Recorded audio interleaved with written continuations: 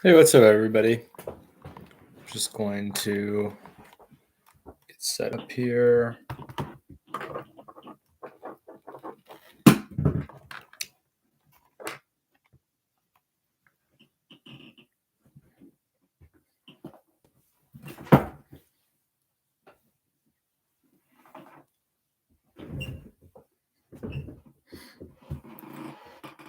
So, yeah, thank you guys for joining me in today's live stream.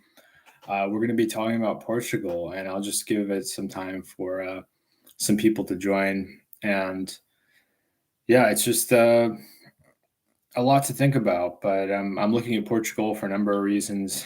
One, I think it's economical in some ways compared to the US.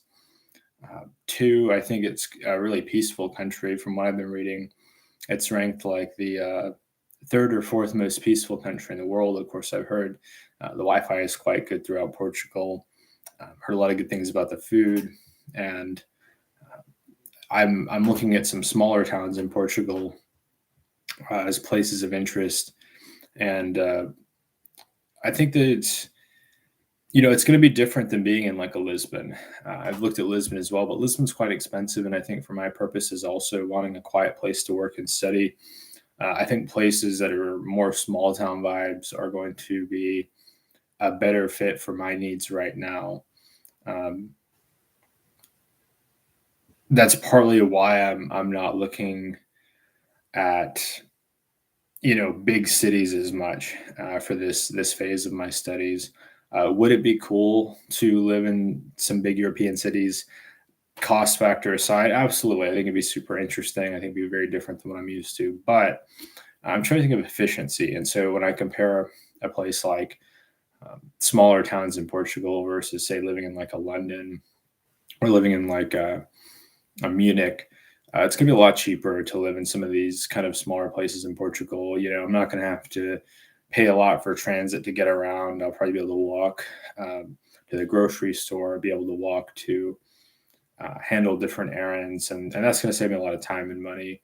And it should be quiet. So if I'm wanting to work on the computer a lot, study a lot, make a lot of progress in my computer science, then I feel like it's just that kind of environment where I'm going to be able to be set up to focus on classes.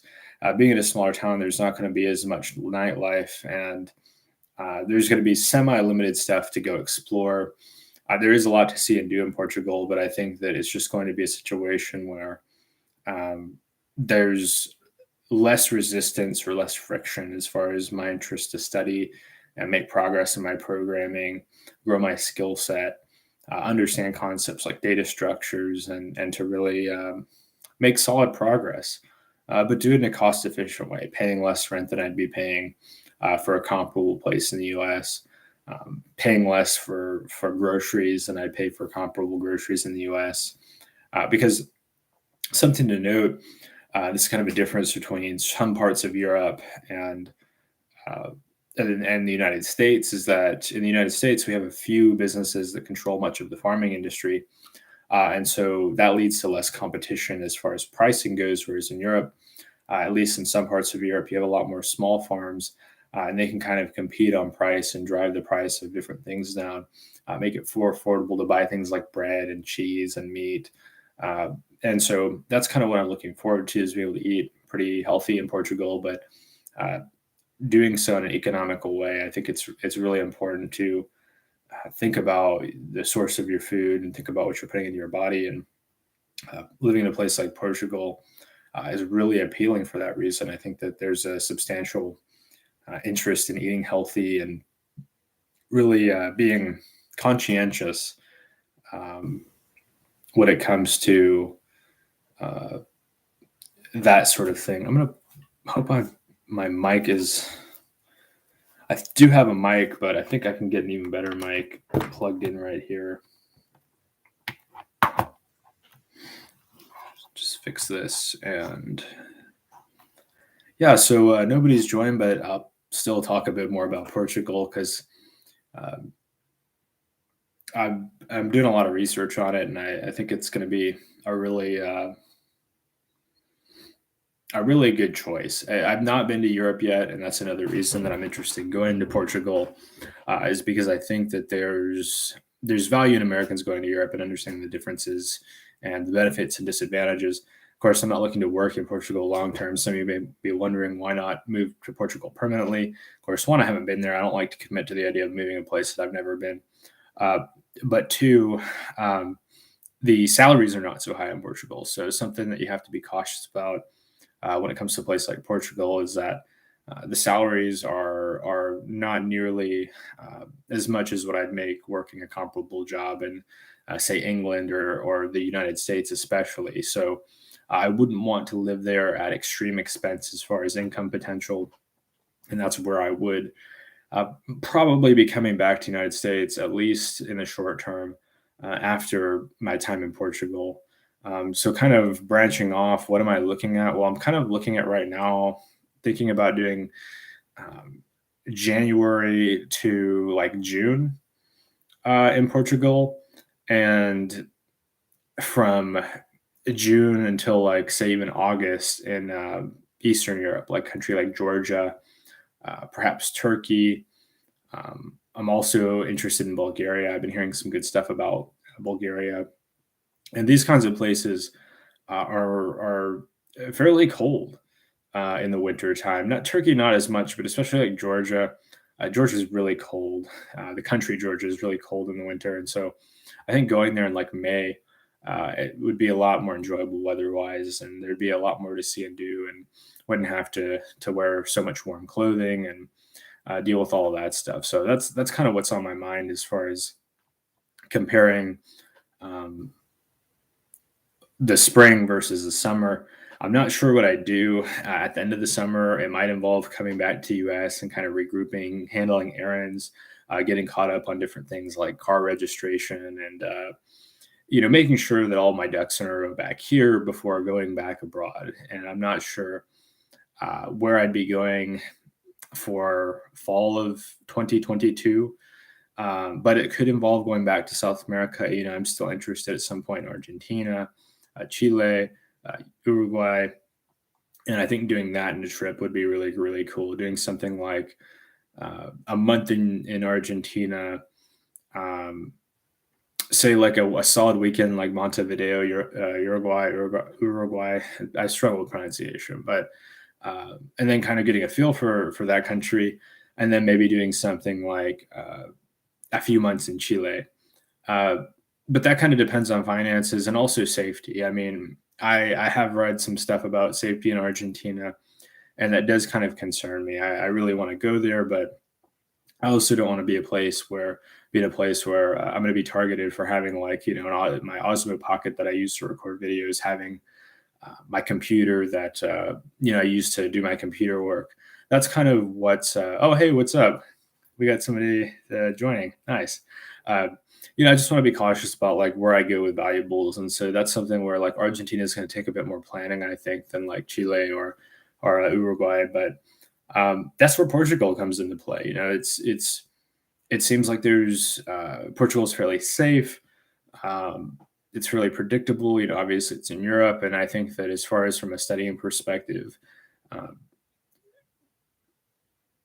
it's going to be a little bit more sort of organized um, and conducive to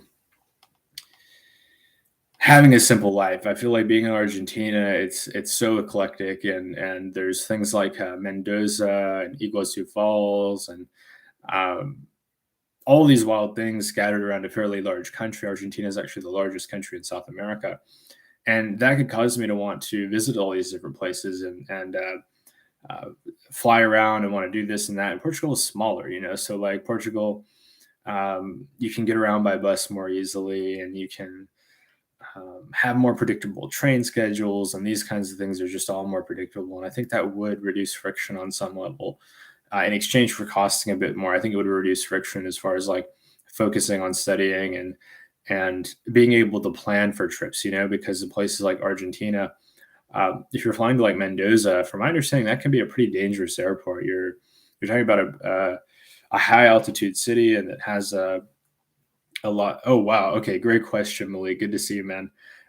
So when it comes to Spanish or Portuguese, I absolutely agree. I think that language is a huge factor when you're talking about picking a place to go. I One of my only regrets of my time in South America in the first half of this year was that I did not come prepared with Spanish. Now that changed. I'll say in the time that I spent there, I tried to use Spanish as much as possible. I tried to really practice my Spanish, and my Spanish definitely made a lot of improvements in the time I was there. But um, I do know conversational Spanish when it comes to like restaurants, when it comes to dealing with like hotels, when it comes to service kind of situations. I can communicate fairly well. But now, if you're talking about more in depth conversations, it's going to be more challenging. Portuguese, I think, even more so because, of course, while Spanish and Portuguese have some similarities, from my understanding, there are some differences that are important, especially like in Portugal, where the language originated. And so that's something that I will attempt to practice. I'm definitely be attempting to practice my Portuguese and to um, kind of develop those skills and to uh,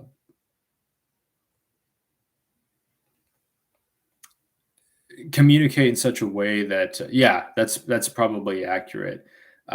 Communicate in such a way that makes people feel a bit more comfortable. I think that English is quite prevalent in Portugal, but even then, I'm sure in some of the smaller towns that there will be people that don't have English, and that was certainly the case in Peru. Like, if anybody had English, some of the young people had English, but like none of the older people, almost none of the older people had English, and I think it's definitely worthwhile to talk to older people and to kind of get their perspective and wisdom. And so getting even a little bit of basic Portuguese, I think, would help a lot with that and make for a more enriching experience, I think. But yeah, I pretty basic Spanish. Do I want to improve it? Absolutely. I think Spanish is really useful. I think that, especially for me wanting to travel more in Latin America, it would be a major asset as far as talking with people, negotiating, planning, these kinds of things. Great question. Great question, Malik.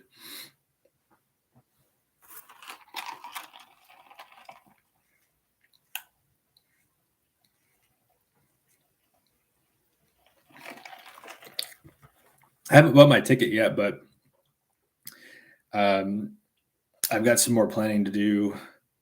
Yes, that's correct. Yes, English is fairly prevalent in Portugal.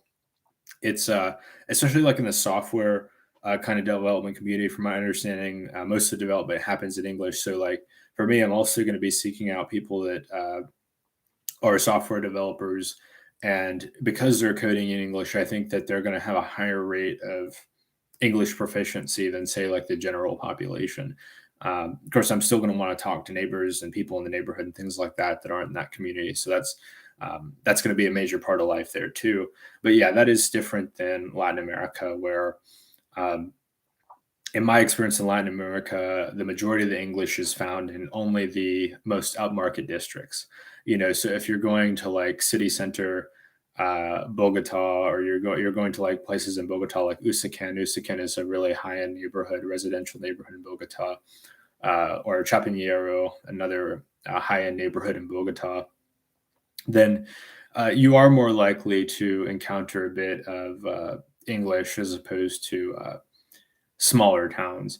I've got some past projects that are in the works, but kind of what I've dealt with as far, and this is maybe this is an excuse, but I've been doing a lot of classes, and I feel guilty if I have classwork to do to put time into personal projects because I want to make good grades. I feel like getting good grades will definitely help me to prove to myself I'm understanding material. But at the same time, I absolutely think that it's of utmost importance to have personal projects. So I have some ideas that I'm kind of trying to flesh out and draw up. And I think that if I did take, the summer and just did one class this summer and spent all my free time outside of that one class on building out a project, I think that that would be much more doable in a place like Portugal that is quiet and peaceful as opposed to America, which is very outgoing. There's a lot of distractions and disruptions and things that can really interrupt my ability to focus for multiple days at a time. Because in my opinion, if you're really getting into a software project, you can really um, sort of, at least in my case, hyper focus and really try to build out something substantial or get a good amount of work done. And I think that something that would be interesting for me and it would be helpful for the channel and for viewers is to build some kind of travel application. I don't exact. It wouldn't be something like Expedia. It wouldn't be something like Google Flights or anything like that. But it might have, some basic things in there like tips, and it might have uh, some map features, maybe a way of like in when I go to a place, maybe in the app I can log, hey, I really like these restaurants and these hotels, and this neighborhood was particularly cool. I felt like it had a really cool art project or an art piece, and I think something like that would be one something I could get into because it would really help a lot of people as far as my viewers. Also, to be good for promotion. But then it'd be something that I could show to potential employers, and it would be something that would get me engaged enough because I think I'd care about the outcome enough to really do a good job. I do struggle with motivation as far as classwork goes, and it takes a lot of my willpower to sort of get through classwork because I find it kind of dry. But I think it's also fundamentals that I could really benefit from in the long term. Great question. Great question. And yeah, so the travel app idea is kind of something I've been brainstorming about. I didn't want to share it too much because I didn't want to like, um, I don't want to talk about it, before it's done. But at the same time, I feel like if I talk about it, then that there's some accountability there. Like if I don't have anything to show a year from now, then I don't know. I gotta come up with something because I think that it would be really interesting, really engaging, helpful, and it'd be great for going to employers and showing them, hey, I built this app, and it's not just a class project, but it's something of my own creation.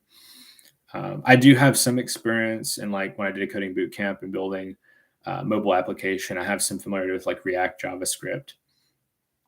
That would be cool. I think that would be cool, and I think that that's a really underrated idea. Um, there is some stuff out there that does that to some extent, but they're just not very good. Like Nomad List, from my understanding, I've had somebody recommend Nomad List to me, and I did some research, and they were saying that the figures aren't really super accurate. Perhaps Nomad List doesn't update their figures as much, but things have certainly gone up in cost, and that's something that would help travelers. Is like, hey, I know that you may be expecting to pay a lot for American style restaurants, but a place like Cusco, I could tell you a bunch of like local restaurants where you're going to eat the same food that they're serving in the tourist restaurants, but you're going to pay like 20% of the price, and something like that. Like if you think about if you're a nomad and you live in Cusco for a month, and you eat, I don't know, 50 meals out in that month, and 25 of those you do at a much lower price. I mean, that really can add up a lot. And I think that's something that like I want to show a lot of travelers that follow my channel is some of these things that I do that can make traveling abroad more economical. Because I think it's not just I don't think the answer should always just be, well, just book in a hostel because I'm not partial to hostels. So uh, that's why I'm just not big on the idea of staying in a hostel. Have I stayed in them before? Yes. Will I stay in them in the future? Probably, but I much prefer my privacy. And if I do hostel, I prefer a private room. But thank you so much. Yeah, that's a really good point that even if the app isn't that great, it would be a good portfolio piece.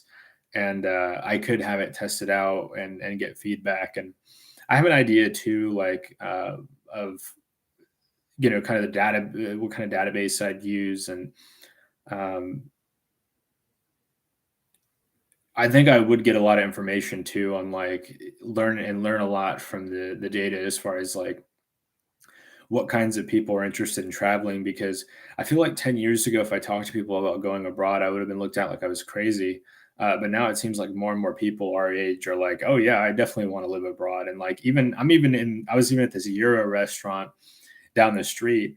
And several of the people in the restaurant were talking about living in Europe, having had lived in Europe and wanting to live there again. And it just really surprised me. It's becoming like a more and more socially acceptable idea of doing this, and that I feel like it would contribute to people, like more and more people wanting to go abroad, because a lot of people feel like there's a lot of mystery around it and there's not a centralized source of solid information, and a lot of it's hearsay.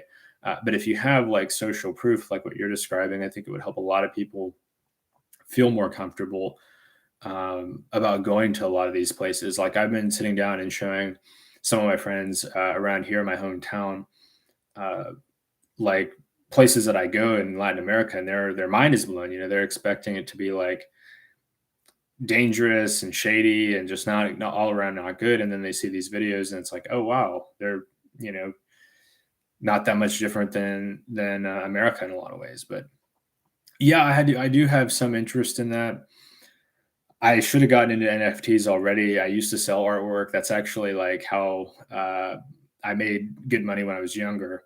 Is I got into selling artwork and I learned a lot about it and did really well. But I got tired of sales. But now that I'm into tech, I just feel like it's an end. I have the art sales experience background. Uh, it's a natural progression for me to get into NFTs. I'm afraid of pulling on too many more projects, but I think that NFTs could be quite profitable for me. So it's probably worth for me to look into it. I did ask a friend about what the process is for minting an NFT, because what I'd like to do, and this would be kind of cool promotion for the channel, is I'd like to turn some of my photography into NFTs. I have some really, really wonderful pictures from all over the world. And I think that some of them are special enough that they'd be viable as NFTs. They're just really beautiful and really special, and yeah, it'd be really cool to be able to make something like that. Thank you for another really excellent question, Malik. I feel like you have a lot of really great questions, a lot of great insight, and know a lot about a lot of different things. Um, it's I mean, it's a natural progression. Some people were going on and on about how Shiba's in is a scam, which I did buy, by the way. I bought Shiba at around a fourth of what it is now, and that turned out to be good. I didn't buy a lot, but it was enough. I'm probably going to make profit. I'm holding on to it because I don't need the cash right now, but I may sell a chunk of it when I get to Portugal. But uh, I just point out, like, it's declining faith in the U.S. dollar. I hate to say it, but with inflation and things like that, people are worried about the strength of the dollar. They're worried about the long term purchasing power of the dollar, and so a lot of people are interested in these cryptocurrencies. Personally, I'm a fan of Algorand.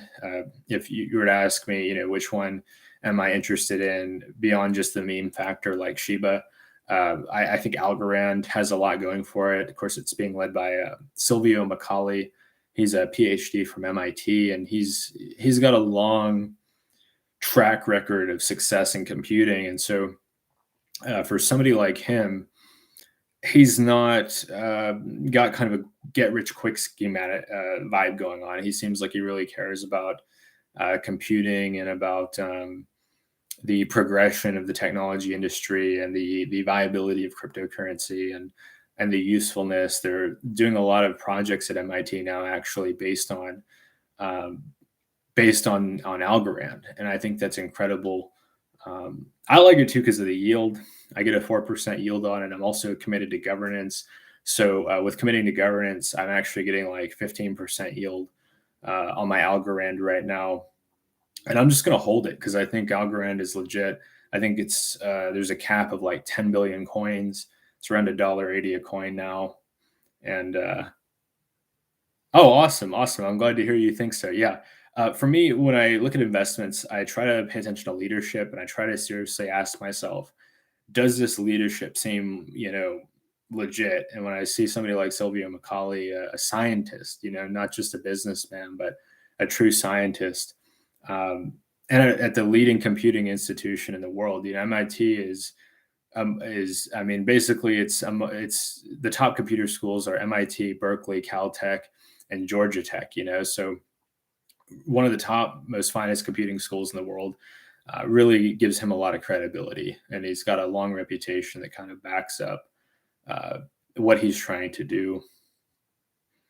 I did sell Ethereum. I felt bad, but I found some old Ethereum, and I needed to raise money. I got to Latin America first week of February, and I had gotten over too much into the SPACs, the special purpose acquisition companies, and they all crashed. And I needed to raise money, so I sold a fair amount of my. I basically sold all my Ethereum in February, which was a big mistake. I missed out on a bunch of gains, but you live and you learn, and I was able to do well in school, and so for me, realistically speaking, when I finished my computer science degree, it wouldn't be a shock for me to go get a job at a cryptocurrency business and get some compensation in crypto. I almost worked an internship in San Francisco earlier this year for a crypto business, but things just didn't pan out. Yeah, yeah, I know I shouldn't have sold it, but I've got my Algorand, and I also still have some Bitcoin as well that I bought when Bitcoin was around $4,000, and that Bitcoin 10x to well now it's 15x, and I converted some of that Bitcoin into Algorand. Um, yeah, a lot of them are remote, and I my main concern is like getting a job that I'm getting paid in US dollars, and it's at least close to on par with what I'd make in the US. That's a big reason I'm not looking to work in Portugal long term. Is uh, I guess I want the best of both worlds. I want to be able to work for an American company making an American wage, and then living in a lower cost of living country where I'm paying much less for things. Like this example at Facebook. I know Facebook's very controversial, or Meta, I guess as it's called now, but uh, at Facebook, if you're an engineer and you get promoted to L4, which is basically your first promotion as an engineer, you can go remote. So everybody L4 and up, um, basically can be fully remote. And companies like that are going to be successful in the long term. So I feel like working for a big tech company where uh, hopefully I would choose a place to live where they don't have an office, where I'm not converted to that local standard, and just save the excess, live really well, but be able to also save a lot of money, and not so much save money, but invest it. Invest the extra into things like crypto and into stocks. I think stocks are uh, going to inflate with inflation. It's part of the deal. I started a dividend fund, and it's paying me the dividend portfolio I started. It's around 15K, and it's going to pay me about 52, $53 a month in dividends on average. Um, and so I'm also going to try to build that out where over time have more and more dividend income, kind of like Mr. Free at 33. For those of you who aren't familiar, a guy named Jason Fieber, he does this awesome blog, Mr. Free at 33, and he lives off of dividend income in Thailand. So, am I convinced dividends are the whole of the situation? No, not so much. But I think having a multi-pronged strategy that consists of, for me personally, this is not financial advice. For me personally, is going to consist of having one, dividend-paying stocks; two, some real estate. I'm not super into the idea of real estate because it's not liquid. It takes a lot of time. I like renting. It's just easier to pick up and go, especially as a traveler or as a nomad type of person. It's really nice to be able to just pick up and go and not have to worry about a yard, not have to worry about heating and cooling. Um, Global money. I'm not convinced that Bitcoin or Ethereum will become global money in the sense that um,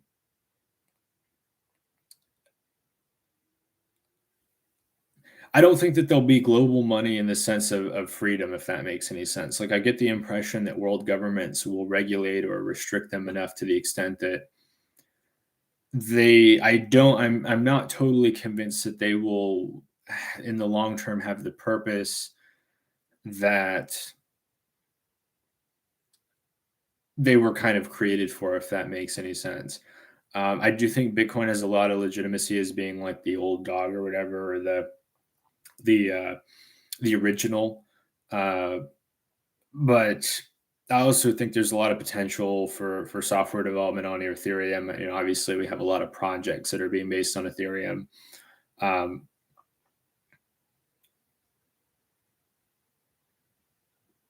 it's tough. I wish I was a bit more educated on it. Um, that's a good question. Thank you for asking. Feel free to chime in too, guys. I know there's, I guess, 3 or 4 viewers now.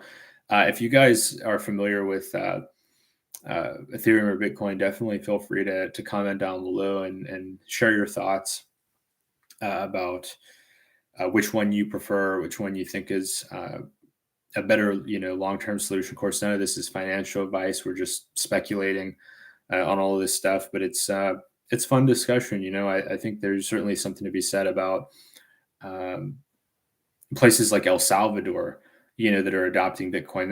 That I feel like I'd have a stronger opinion when you see more countries adopt these cryptocurrencies. Seeing El Salvador adopt Bitcoin, obviously, it lends itself to Bitcoin being the global money.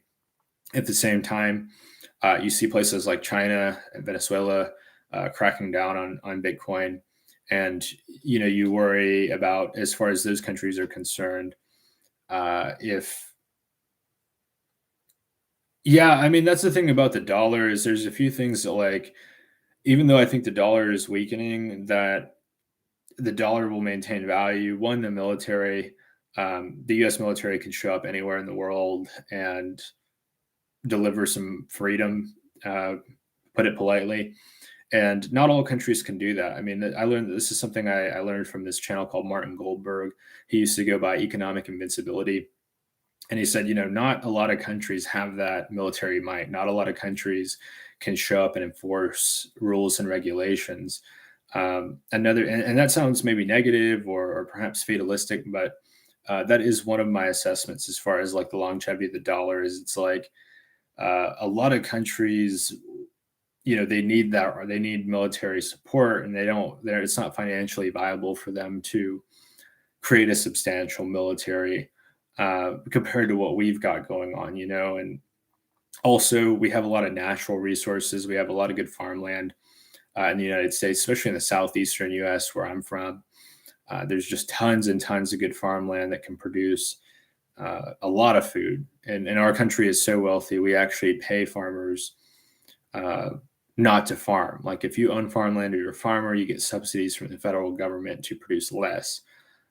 That's another thing I think that's helpful to the dollar is just the sheer amount of production. Of course, you have the petrodollar, but some people would point out that Russia has recently managed to do a deal in Russian rubles, so that is potentially a negative thing for the dollar. But who knows how much they were able to purchase in rubles, and who knows if that's going to keep happening. Um, and America has a lot of soft power. It's kind of it may sound strange, but America has a lot of soft power. I've never, I've gone to a lot of places, and I go in assuming I'm going to get a sour reaction to me being American, but people are thrilled. Oh, you're from America. Oh, wow. And like I keep thinking like, oh, like it's just this embarrassing like thing, like not embarrassing, but just like, well, there's negative perceptions of Americans, in some countries. I felt like, especially growing up during the Bush era, it was Americans get a bad rap, and I got the opposite reaction. A lot of people are thrilled. They're like, "Oh man, like we think it's so cool that like you overlook the stigma of our country, whether it be places like Colombia or Philippines, and that you want to be here and you want to spend time here, and you genuinely enjoy it. It's not just a party, because it's not for me." But yeah, great comment, Matt. Dollar Star King. Uh, so next thing, Malik says, on another topic, I'll be making my fourth trip to Medellin. That's awesome. That is really cool. I didn't realize you'd been to Medellin several times. That's really incredible. Medellin is super underrated in my mind. I'm so happy to hear that you're hoping to move there. It's a beautiful city. Medellin is gorgeous.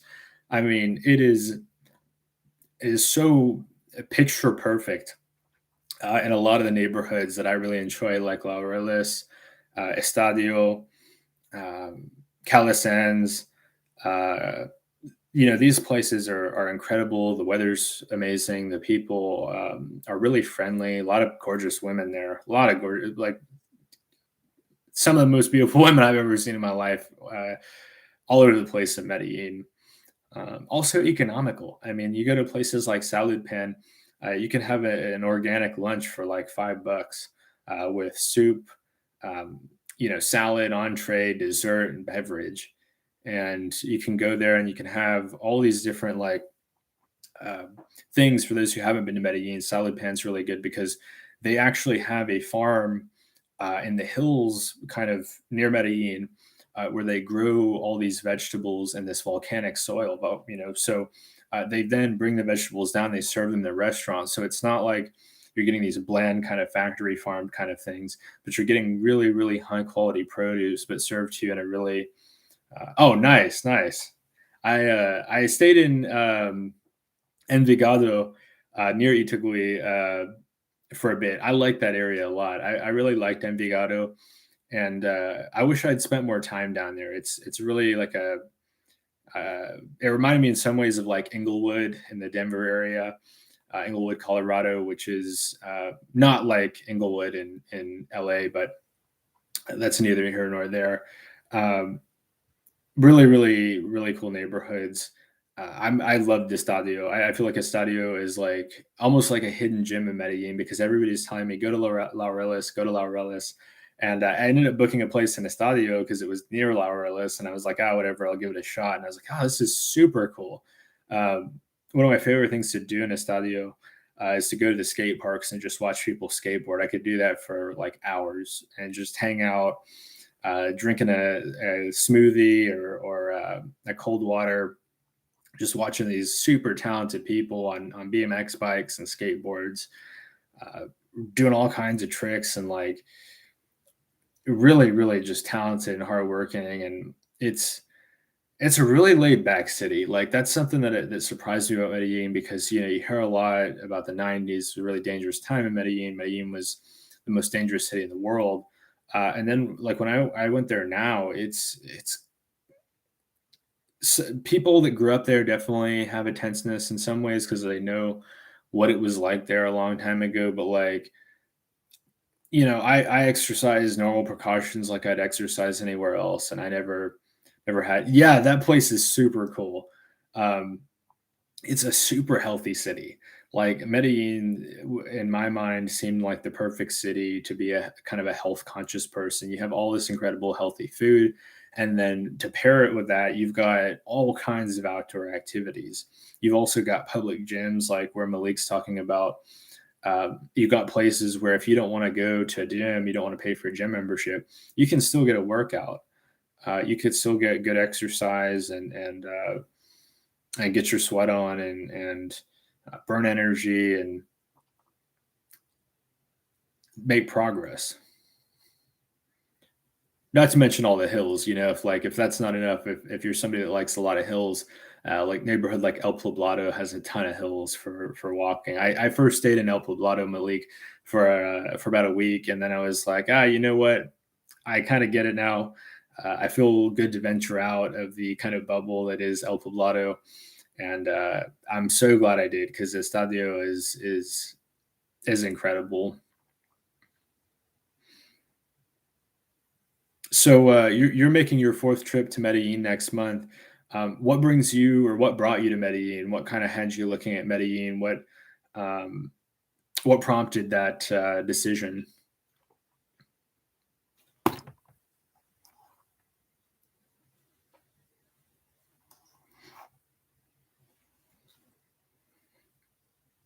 And feel free to chime in with comments, guys. I see we got 3 watchers, so if anybody else wants to chime in and share about places they're thinking about going or travel plans for next year or uh, any of these kinds of things, then you're welcome to share with us what's on your mind. It's things are starting to open up. It's really, really cool to see places around the world starting to reopen and start to welcome travelers back. Of course, Colombia was really preemptive on that. They were one of the first countries to reopen, and now they don't require anything to get in. You don't have to have proof of vaccination. You don't have to have a PCR test. You just book your flight to Colombia and go on down. That's awesome, man. I'm so glad to hear that. That's so cool. Um, I was kind of nervous when I first went down to Medellin I didn't know what to expect. I was looking for someplace economical that I could just sit in a hotel room and code all day, and it was perfect place for that. Like I was so surprised, um, and surprised pleasantly too by the variety. Absolutely, that's a really big thing that I think should be on the minds of a lot of interested expats interested in Southeast Asia. And yeah, yeah, definitely Metal Gear. I'm gonna uh, respond and then respond to the next comment. But yeah, Medellin's a lot closer to US. You're talking about a few hour flight, and if you need to fly back home, you've got a few hour flight, and you're not like super drained, super jet lagged. The time zone difference isn't as significant as going to some place like the Philippines. Of course, I felt like my Wi-Fi was good in Medellin mostly, especially when I paid for Claro. Um, Also, you've got arguably milder weather. I don't think that Medellin gets quite as hot and humid as Southeast Asia. Um, yeah, I've heard that about El Salvador too. I looked into El Salvador and Central America for this trip, and I actually got quotes on apartments in Mexico, like Puerto Morelos and Cancun area. I've got a buddy that lives in Isla Mujeres, and he was welcoming me to join them. Uh, that's kind of my concern, and I think that with El Salvador, I'm interested in going. I don't want to go with pricey electronics, so I'm just going to make full disclosure here. Me traveling and studying and doing these classes, I tend to need to travel with a fairly nice computer, and also I have to I bring a little bit of video equipment, and so my fear with some places in Central America, also Mexico, is just running into the wrong person and having a lot of these things taken. And I felt less that way in Colombia and in Peru, but um, in Mexico, I've had friends warn me, and also I've been hearing about lately in Mexico, especially in Playa del Carmen, the police kind of scamming people by stopping them, even though they're not intoxicated, stopping them and shaking them down for money. I know Mexico is not El Salvador, but I know that the last year and a half has been particularly hard on some of these smaller countries that don't have as much economic stability. And I really worry that they have a sub portion of their populations that is in really dire straits and is just really desperate to sort of come up. I've also done research that though that in El Salvador, if you go to the right places, it's incredible. Places that are near the beach, you have this. Uh, was it? I heard this also about Nicaragua. That in Nicaragua, people were saying it's like budget Costa Rica. So I do think you have that vibe in Central America. That if you're willing to travel light, like if I just didn't have to bring my computer, if I just had to bring a little bit of video equipment, I'd totally go to El Salvador, Central America, no problem. My bigger concern is something happening to my computer. Not even from the financial perspective. Like I'm willing to replace my computer as needed. It's a tool I need for work, but more so like I don't want all my documents stolen, and I do back things up, but it's also like the IDE. I have an integrated development environment set up on my computer for my programming, and so I have to. It would just it would cost me a ton of time if something bad happened, and so like that's one of those things where what I'll probably do is if I get an engineering job in the U.S., I get my allotted vacation. I'm going to hit a number of these Central American countries for at least a week. I want to do at least a week in Honduras, at least a week in El Salvador, at least a week in Nicaragua, at least a week in Costa Rica. Um, where else? At least a week in Guatemala. I really want to visit Lake Atitlan and see these places without the pressure of having to work. I've heard the natural beauty in Central America is unmatched, and I want to be able to, not have to leave computer at the hotel room. Basically, I want to just throw some stuff in a backpack and go on a hike, or maybe like lock up my camera and then go to the beach and try some surfing or try some swimming. To me, certain places are uh, more conducive to studying, and other places are more conducive to vacation. So, like, I love the Philippines. Probably not going to live there long term because certain aspects of the lifestyle there. would make it difficult for me to be productive. It's such a wonderful place. I feel that I'd have a hard time focusing on work living there. I'd have a hard time sitting behind a desk, knowing that the islands are out there welcoming me to go have a good time. I feel like it's better for me at a different point in my life. Um, as far as for laptop, I've got a tough gaming laptop. It's got an AMD chip in it, and it's also got an NVIDIA chip in it. It was a good deal. I think I spent around $1,000 about a year ago. I think I bought it mid-pandemic, which was a really good move because it was before the shortage, and it's been really, really good for me. It works really well.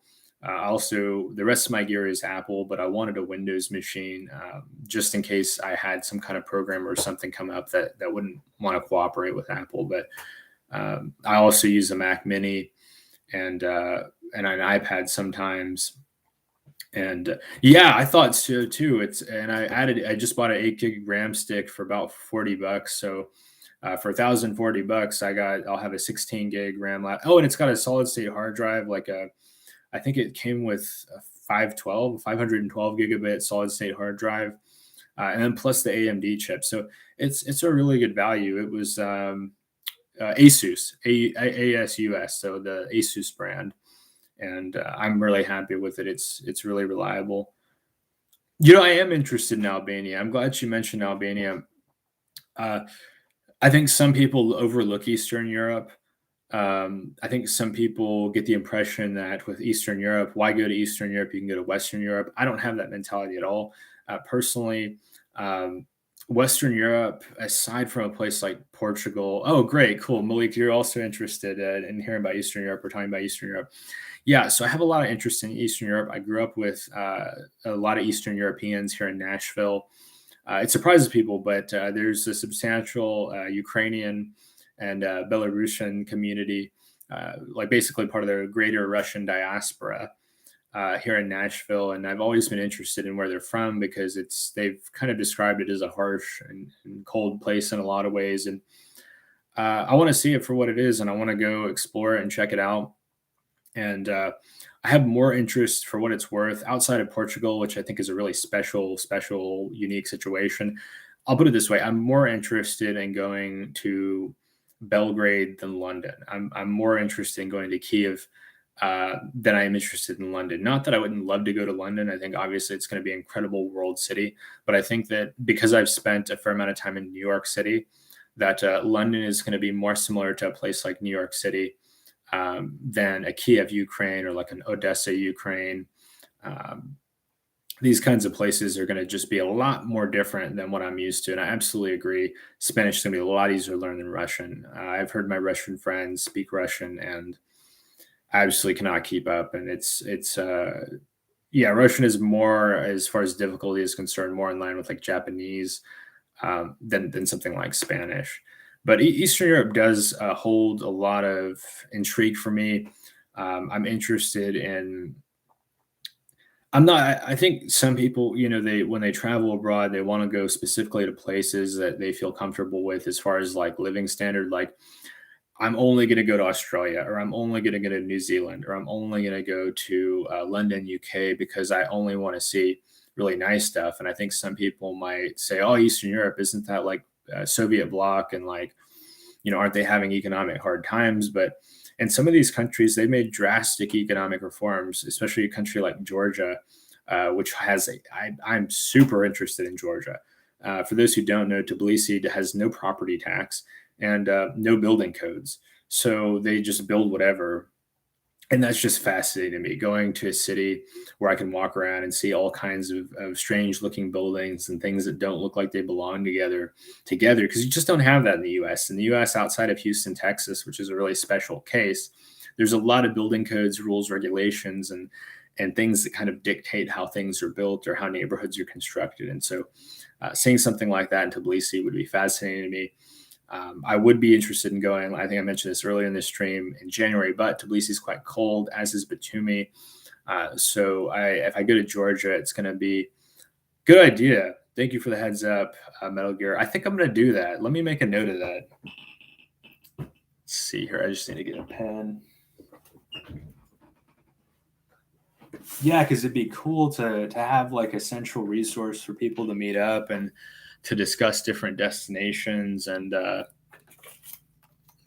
see here, make a Discord. Yeah, that's a really good idea.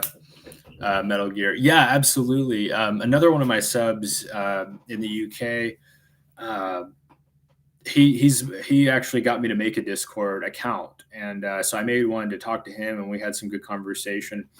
But that would be really really cool, and I think it'd help people engage a lot more, and we'd be able to stay in touch more easily because my live streams until I'm overseas, it's a little harder to get away with doing them because where I live is not always quiet, and I've got to kind of meet my roommates halfway. So until then, it's gonna be harder for me to schedule these. But in a Discord setting, I can totally be like, hey guys, I got like 30 minutes or something. Like, if you guys want to hop on chat, or I got like an hour, we can talk about these different things and places. But yeah, yeah, great idea. I wrote it down. I'm gonna work on that because that's a really good idea.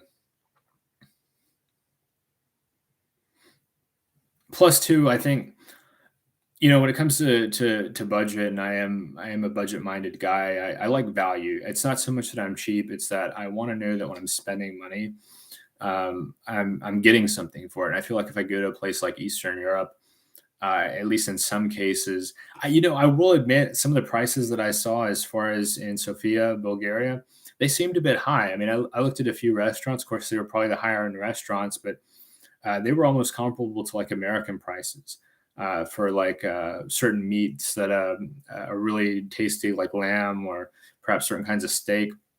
And that kind of threw me off.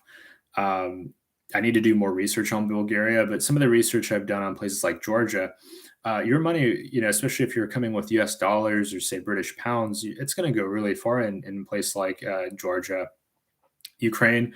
Also, your money is going to go quite far. And so I think that there is a difference there as far as my friends' experiences of growing up in poverty in Eastern Europe versus my experience as a traveler with U.S. dollars. I think that I would have quite a different experience and quite a different view of Eastern Europe. I will say my friend in Belarus or from Belarus, he told me that he's going to link me with his grandparents. They still live in Minsk.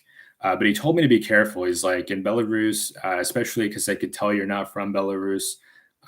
If you go into some of the suburbs, it can be quite dangerous for ethnic looking people. So that's one thing that I've got to keep in mind about Eastern Europe is that certain areas that are particularly hard hit by, you could say, the fall of communism, they're not receptive to people that aren't from the area.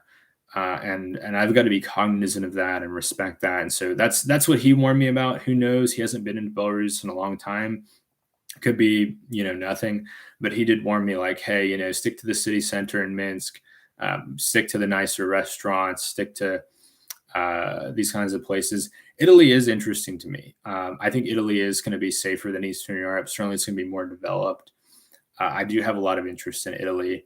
Um, I think that I think when it comes to living in Europe, I could be wrong. I haven't been to Europe yet, but I feel like I feel like it would remind me too much of the US to choose to make a life there working for less. Now, if money was no object, absolutely Italy would be high on my list because you have a high quality of life. You've got a lot of places with wonderful weather. You've got Italian food. Um, I did date an Italian chick when I was younger, and she was really cool. Her parents had a really good restaurant here in Nashville, and there's a lot I like about the culture. Some of my closest friends here in the U.S. are Italian Americans. Uh, I feel like I connect with them really well because my Italian friends are realists. They're if I'm being transparent, they very much agree with me on assessing situations accurately. They don't, broadly speaking, add a lot of niceties, and I find it extremely refreshing. And I don't mean that just in a stereotype or a negative manner. I don't like negative or positive stereotypes. I don't like to put pressure on people to meet or match something, but it's something that I admire at least about my friends, and it could just be my friend group. But I'm definitely interested in Italy. Uh, Particularly, I've heard a lot of good things about Vicenza. I know a chick. I met her in Cambodia from Genoa. Genoa, I think is the actually pronunciation Genoa, and I think she's into like archaeology, and I think that would be really cool as well as seeing some of the history. As far as some of my European ancestry, because I'm mostly Asian ethnically, but I have 10% from UK and 10% from Ireland. So I learned that from 23andMe. So those two would also be high on my list for Europe. Trying to figure out where in the UK and where in Ireland some of my ancestors are from. I think that would just be super, super cool. So in the short term, I think I have a little bit more interest in Ireland and UK. But in the long term, I don't think I'd like living in those countries because of high cost of living and weather. I think I'd like the weather in a place like the Amalfi Coast a lot more than a place like Dublin or a place like London where it tends to rain a lot. Oh, cool! I didn't know you were Vietnamese. Oh, wow, that's so cool. Uh, I feel awkward saying that. I think it's so interesting to talk to people from different backgrounds. People have these different perspectives. They think about things in a different way than I do. They have different life experience, and so I think it's really cool um, that my audience has people that are from different backgrounds. I don't want to put you on the spot, but that I see that's yeah that had to be a really major struggle, you know, to come to the U.S. as a refugee. My grandma had a somewhat similar circumstance coming from Japan to the U.S. after World War II. She married my granddad and was able to move here, but where she's from was like totally devastated, totally hardly habitable, and so she grew up near Nagasaki, and she hasn't been back too much since, but I could see why it would be emotionally difficult, even though Vietnam is a country that's developed a lot, is really a high profile, popular place for digital nomads and world travelers, expats. Of course, you're probably familiar that Vietnam, from my understanding, is extremely, you get extremely high value for the money that you spend there. But I could also see that with trauma, coming to the U.S. As a refugee, that you're not going to see it in the same light as somebody like me who doesn't have that personal attachment. I struggled. I will say, I don't know that I will be going back to Japan anytime soon. I found Japan to be an emotionally challenging place for me to go, and so I appreciate you mentioning that. I think it's valuable for all travelers to kind of think about the different perspectives that we see places in. We talked about Eastern Europe earlier. We're talking about Vietnam now, and there's a lot of countries that have a lot of different perspectives or a lot of different, like, it's not just the way that a Western traveler sees it. It's also the way that a local sees it. It's also the way that the refugee that had to leave sees it, and it's something that I'm coming to appreciate more about the U.S. Ironically, I get into traveling because I get annoyed or frustrated with the U.S., and then I think about all the people whose lives were drastically improved by the existence of the U.S. Um, just as far as having a place where, and I know some of, ironically, I don't get too much into politics on the channel because I do feel like it can be divisive. I know some of the conflicts in other countries have been a direct result of U.S. intervention. I also like that, at least in some cases, that we've welcomed people from around the world to have a life where um, there's not war on our soil, and there's egalitarianism. There is this idea that in the U.S.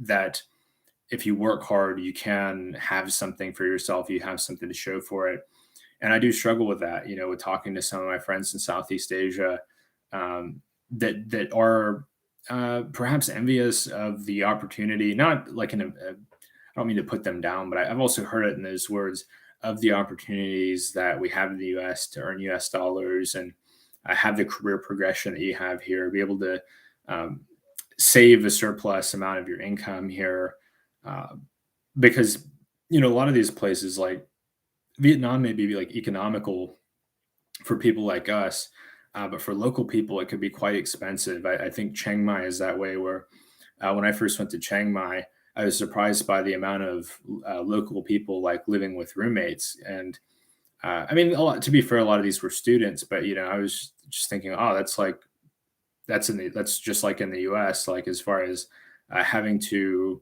make certain sacrifices to live in some of the top-notch places. Like if you're a college student, you're probably not going to be able to go to college in like rural Thailand, or if you're a college student in Vietnam, you're probably not going to be able to go to college in rural Vietnam. You've got to move to like a Hanoi or a Chiang Mai, Bangkok, Ho Chi Minh City, it's also known as Saigon, and that can be really challenging too. So I have a lot of respect for people that they work really hard and make a lot of sacrifice to make a better life. And I think there's a lot of people in the U.S. like that, and I've taken that for granted in the past, but I certainly try not to take that for granted today. Great comments, and thank you so much for sharing Metal Gear.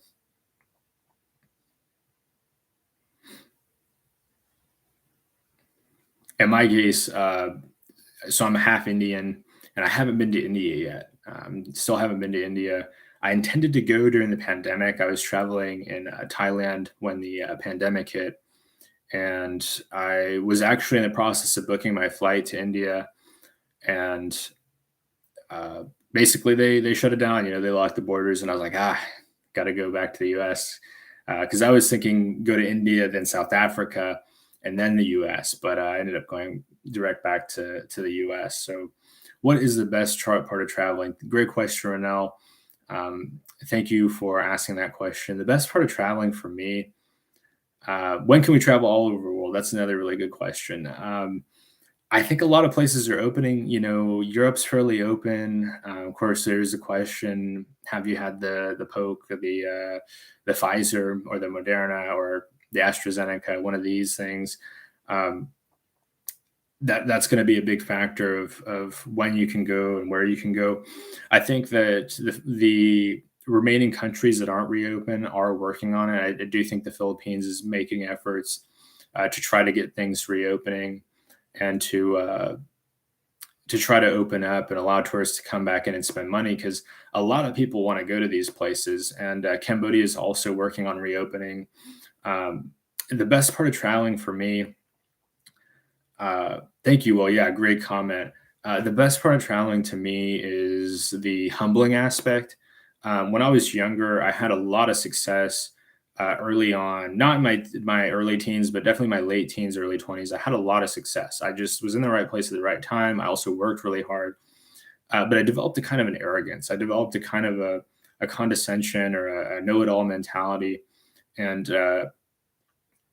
like I had some life experiences that humbled me, but nothing humbled me like going to places like the Philippines, and having these experiences where I think like I'm so important and so self-interested or whatever, and then I go to places where my problems seem so small and so insignificant when I encounter people uh, that are really having a hard time. I remember at one point in the Philippines, it looked like an 8 or 10-year-old on crutches started beating on my taxi window, asking for money, and I just like that really humbled me a lot. I'm just like, you're so fortunate to be able to be in this air conditioned cab halfway around the world, on the way to the airport, totally relaxed, and I was worried about something. I can't remember what, but I'm always worried, always thinking about something. And having those kinds of experiences have really shifted my attitude toward gratitude and toward trying to be grateful more and trying to be thankful, even though I have a lot working against me as far as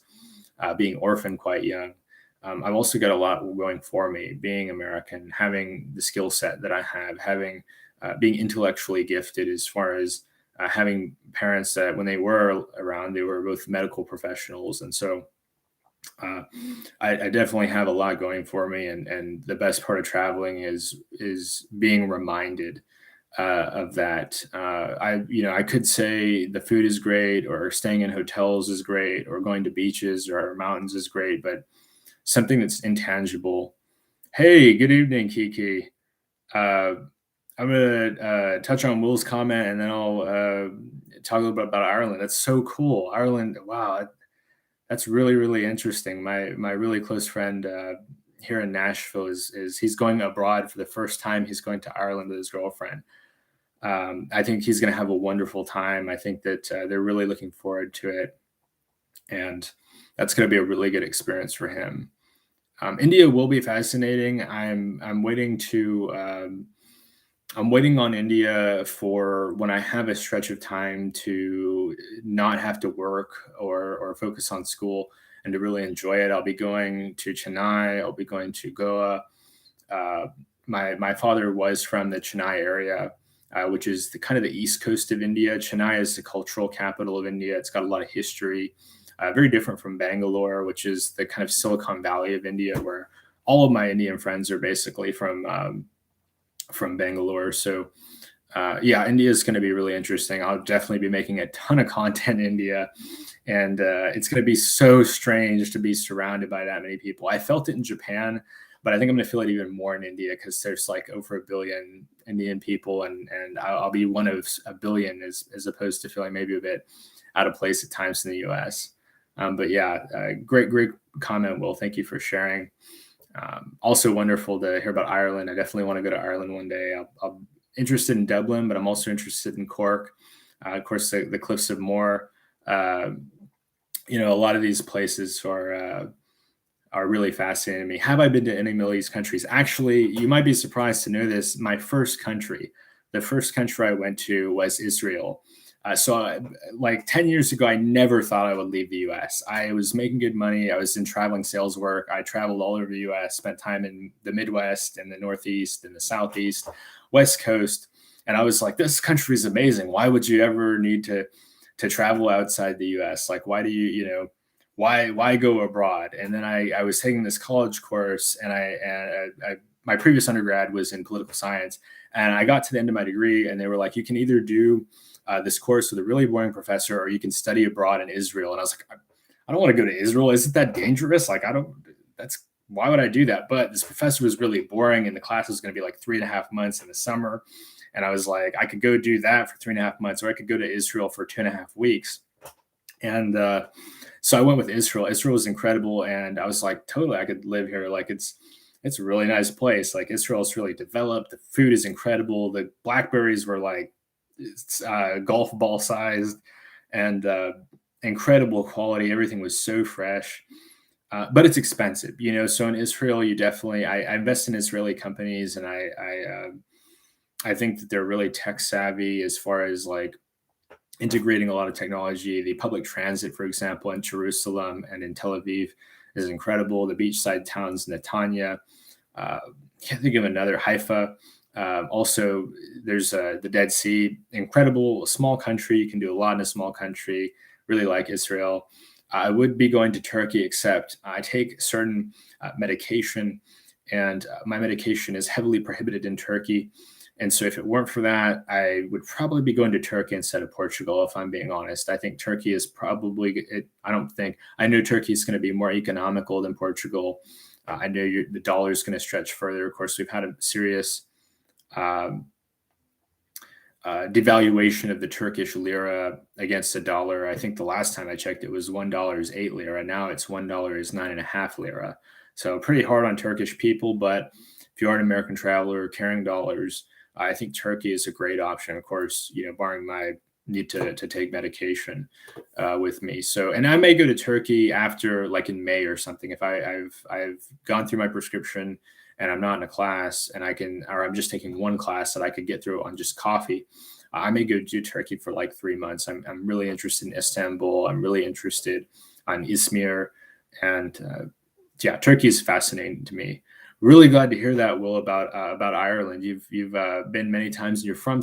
Oh wow, that must have been really cool to be able to have the that kind of experience in Europe. I've always found that fascinating to talk to people from Europe about being able to go to these other countries so easily, to be able to take a short flight or a ferry. Of course, as you know, in the US, we've got Canada and we've got Mexico as far as short flights go. But yeah, it's yeah, really, really cool to hear though. But Hong Kong, that's fascinating. I knew an expat He moved back here to Nashville when he retired, but he lived in Hong Kong for about 30 or 40 years, and he had a really great career there and a high quality of life. Of course, now there's some challenges with the political situation in Hong Kong. My thoughts are definitely with you. I hope that all of that situation gets resolved for you as to the best that it can. Sri Lanka is good. I've heard Sri Lanka has great value. That you can get some kind of exposure to the Indian or South Asian kind of culture and vibe, but at a lower price point than India. Of course, I've heard that India in some areas is getting expensive because it's developing so rapidly. Of course, Bangalore is quite expensive. Goa is expensive, so that's good to hear about Sri Lanka. Donegal. Oh wow, the Barrow Peninsula, all these places. Okay, cool. I'm definitely going to make some notes of these places because I really want to see where the European side of my ancestry came from. Of course, Ireland is part of that. I want to see where they're from in Ireland. I'm going to take another look at my 23andMe and try to see, have they isolated where in Ireland my ancestors are from? Because I was able to figure it out on certain sides of my family. Like I was able to ask my grandma, "Hey, grandma, where are you from?" And she's able to tell me, "Oh, I'm from this part of Japan." And I did research on my dad's side of the family, and I could see this is where they're from in India. But the European side of my family, my grandfather, he passed away when I was quite young, and so I wouldn't be able to know. But I think that 23andMe will reveal some results, and I'll be able to go to that. I'll definitely mention that in the video or the next live stream if I find that, as far as where they're from in Ireland. But yeah, Ireland's gorgeous from the pictures I've seen, and I've also heard Ireland has made incredible strides as far as the food scene, that they're able to access and use all these interesting ingredients and really differentiate themselves from UK cuisine. So really cool to hear about Ireland, and can't thank you guys enough for sharing. A lot of Turkish people are storing their wealth in gold or Bitcoin. You can buy real estate with crypto in Turkey too. That's really cool. That's the natural kind of response, I think, from people when they do see governments perhaps not always striving in the interests of the population. You see that in the US. Of course, you can't buy real estate with crypto in the US, but you do see a lot of people, especially young people, having more faith in things like Bitcoin and gold than in our currency. In my case, I'm almost all in on equities and crypto and these things. I carry enough cash to last me about 6 months. And the rest I just all in investments. I feel like I need just enough cash to know I'm going to be able to handle the next 6 months, and the rest into different investments. And my investments are recovering, and some have done really well in the last year, and I think they'll continue to do well, and I'll be able to shift them around and make sure I have enough cash to pay my bills, but not so much cash that's just going to sit there and lose money to inflation. So really, really helpful comment. I think a lot of people will benefit to know about these opportunities in Turkey. And I may be interested in that in the future. I think Turkey is definitely a place that's got positive demographic trends, and you've got a lot of interest to move to Turkey, to live in Turkey. They've got, a world city in Istanbul. Not every country has that kind of world city with a population of 20 million people, all this shopping and dining and entertainment, and really a world city on a budget. A lot of people could say that about Chicago, that Chicago is this world city on a budget, but I feel like the same thing can apply to Istanbul. I haven't been yet, but I definitely have it in my itinerary as far as places that I'd like to go after I'm done in Portugal. Really cool to hike the Pacific Crest Trail. I'm really glad to hear that.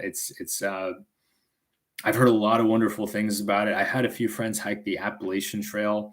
Of course, I'm located in Nashville. And so if you drive about 3-4 hours east of Nashville, then you get to the Smoky Mountains National Park. And I've had a few friends do large chunks of the Appalachian Trail. I personally would rather do the Pacific Trail because I think that I think the weather is a bit milder. I think with the Appalachian Trail, particularly if you're going from south to north, you got to be cautious about when you get up to Maine, making sure that you're not getting up to Maine in like November, December, or something like that. Where with the Pacific Trail, I feel like if you go south, by the time you get to like Northern California, the weather's fairly mild most of the year. Of course, there could be some dangerous mountain passes, but really great choice in going with the Pacific Crest Trail.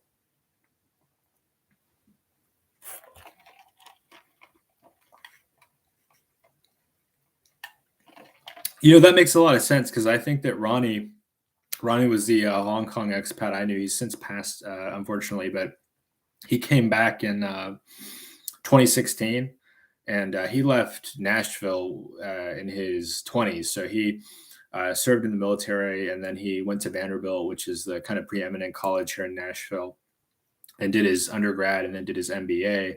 And then around 25, he moved to Hong Kong to work. He met his wife, Judy, who's from Nagasaki. Well, Judy was from Tokyo, but I think they met when she moved from Nagasaki to Hong Kong to work for the U.S. Government. And they had a wonderful life. They didn't have children, but they had an incredible life in Hong Kong. Ronnie didn't ever have to drive. He enjoyed being able to walk everywhere when he was living in Hong Kong, and it's really a dense, bustling city. And of course, he loves Japanese food as his wife, or he loved Japanese food, and had a lot of good things to say about Hong Kong. But I think he saw what you saw, and so he left to come back here and be around family before he passed. Thank you for the heads up. I really appreciate it. Hong Kong is definitely on my list. It's of course it's an incredible city, and it's got a lot going for it in a small place, and I feel like you can see and do a lot in a short time in Hong Kong. I've heard some comparisons drawn between Hong Kong and Singapore. I really liked Singapore. Singapore, would I want to live there? Not necessarily, but really a lot of cool stuff to do in a small space. Hey, Tony, how's it going? Good to see you. Thank you for joining the live stream. This is going really well. We're getting into a lot of different interesting topics. A lot of my audience and our audience is just really insightful on a lot of different places, and really cool to be able to talk about all these places with all of you. Thank you so much for joining us tonight. Yeah, it's important to have calm. On one hand, some of the places that I like to go, I think it's cool that they're a little bit chaotic. Places like Cambodia, but other times, I want that calm. I want predictability, and you don't always have that when you're in some places that are more developing, and also some places that perhaps are going through political turmoil. So yeah. Great comments. Thank you so much, Phil. That's really thoughtful and kind of you to mention that. So the next question, is Portugal your next stop? I'm leaning toward it. I started off narrowing with a fairly large pool of countries, and this happens a fair amount when I travel. I start with a large pool, typically at places I haven't been, because I'm kind of in a phase of my life where I want to go to new places and focus on. Thank you so much. I'm really glad you enjoyed the Cusco videos. They were a lot of fun to make, and Cusco blew my mind. I was not expecting it at all. Cusco really surprised me, and if I wasn't going to new places, I'd be going to Cusco without a doubt. And if something falls through on Portugal, Cusco is really toward the top of my list. Incredible value in that city, incredible food, really friendly, but also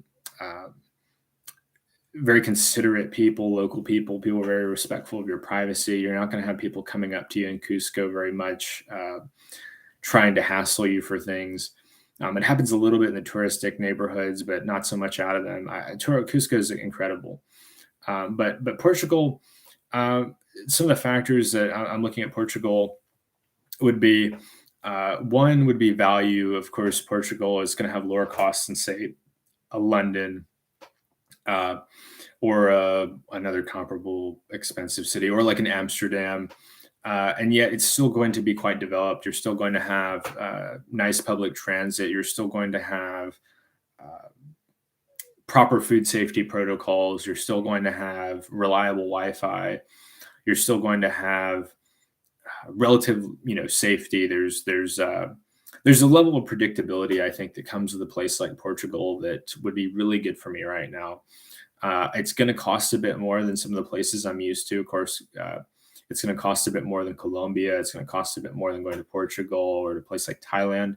But I'm trying to remind myself of my goals and like the point of this trip. And the point of this trip is for me to get through some pretty difficult classes.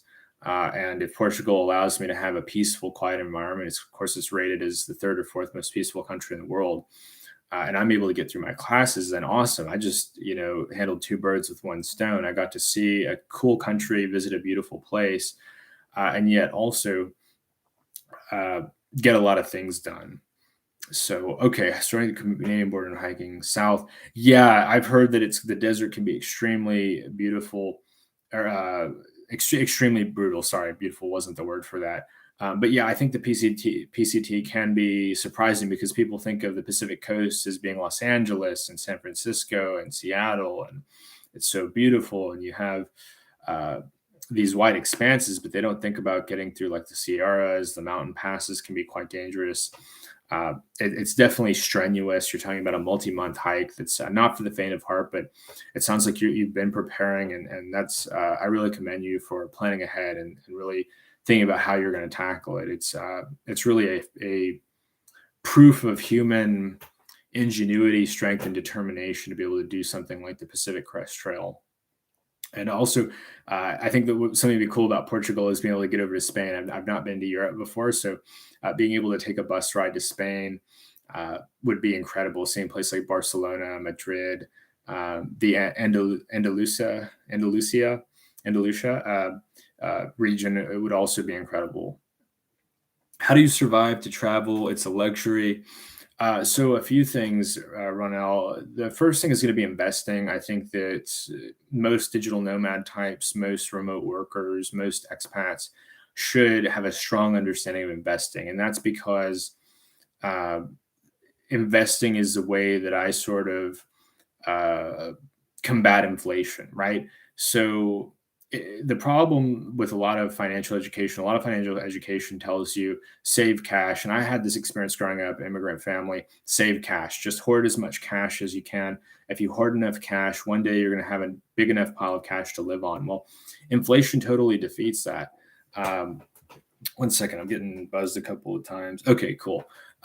So I'm not an important text. So with inflation, the government prints more and more money. So what I focus on doing is buying assets, and the assets increase in value uh, irrespective of inflation. Some do go up with inflation. Like one stock I own, this is not financial advice. One stock I own is Johnson and Johnson. So if inflation goes up, they just raise the price of the medications they sell. They just raise the price of the band-aids they sell, all the products that they sell.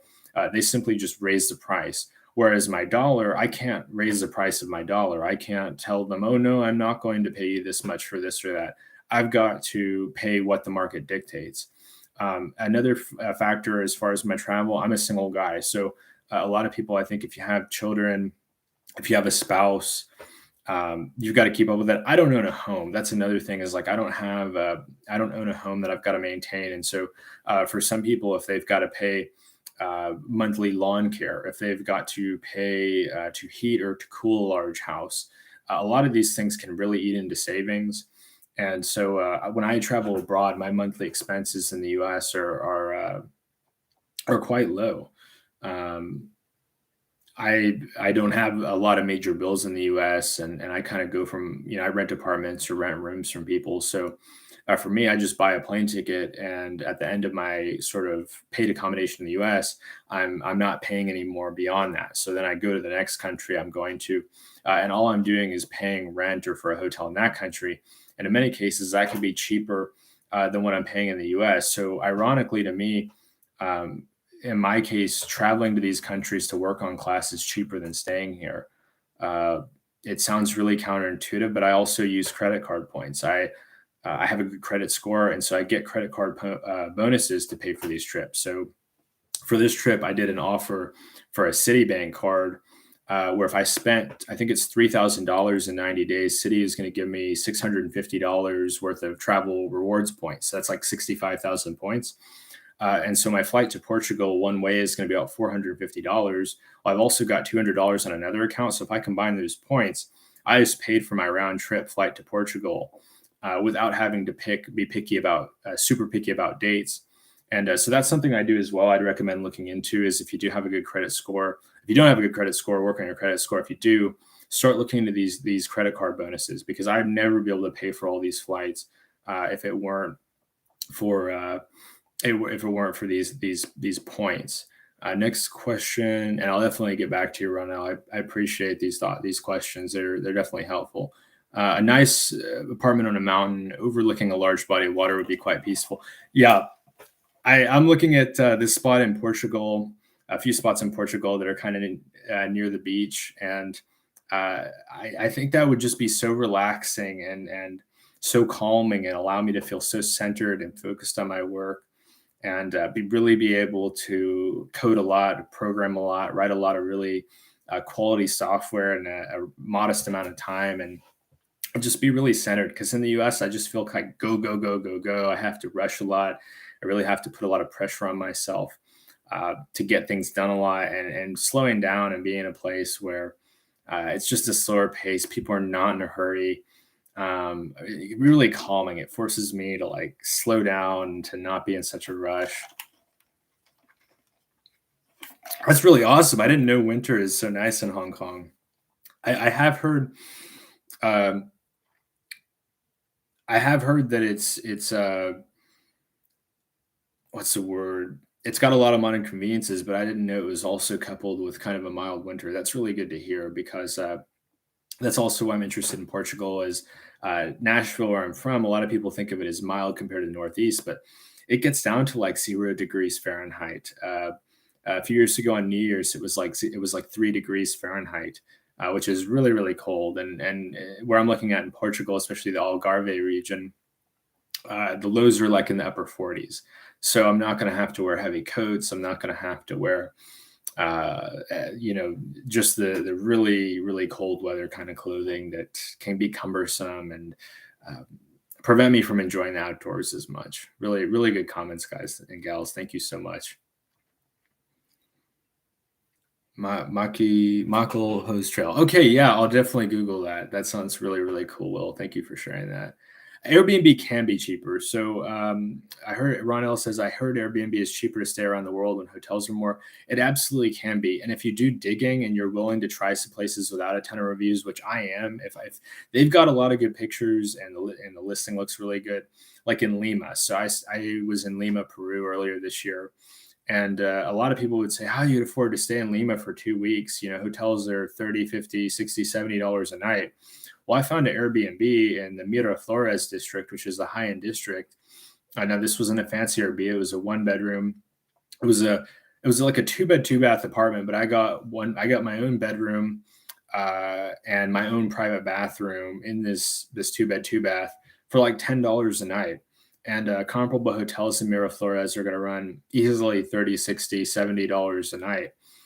So that's something to look at when it comes to Airbnb is always compare. And in that case, I came out way ahead. I'm staying in the nicest, most upmarket district in Lima, but doing it at a fraction of the price. I don't even know there's that many people that can rent apartments in Miraflores for $10 a night. And so that was really incredible value. So I've had similar experiences, and I'm trying to think of where else I've had similar experiences in like Bangkok. Like I found an Airbnb in Bangkok for $10 a night. Of course, it was a little bit further out than what a lot of people, they prefer to stay, but that was really good value. Of course, it was like a 1 bedroom apartment and really peaceful and quiet in the Bang Kapi neighborhood. I'll type that in the chat so you guys know how it's spelled, but that's something that I'd be on the lookout for, Ronell, is um, kind of looking at some Airbnbs and being willing to try some Airbnbs that don't have a ton of reviews, but the pictures look good and you communicate with the people, they seem earnest. That can allow you to make some serious gains as far as value goes because spending $10 a night on my accommodation in Lima allowed me to really enjoy a lot of the good food that they have in Lima without feeling like I was breaking the bank.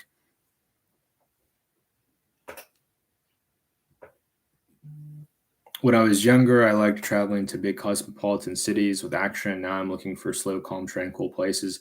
I can relate to that a lot, Tony. Uh, I feel like the older I get, the more I want to be on the edge of a big city. Used to, I wanted to be in the downtown. I wanted to be in the core. The last year I lived in Nashville, I lived uh, 10 or 15 blocks away from downtown, and it was really a busy lifestyle. But now, if I think about a city like Bangkok, I used to, I demand I got to be in Southon, or I've got to be in I've got to be in one of the center neighborhoods, city center. And now I'm like, no, like I'm cool with being near Savarnabhumi Airport. There's a lot of cool local vibes that you don't see as many expats, which I'm not one of those anti-expat kind of people. I'm not like, oh, foreigners, like that'd be hypocritical.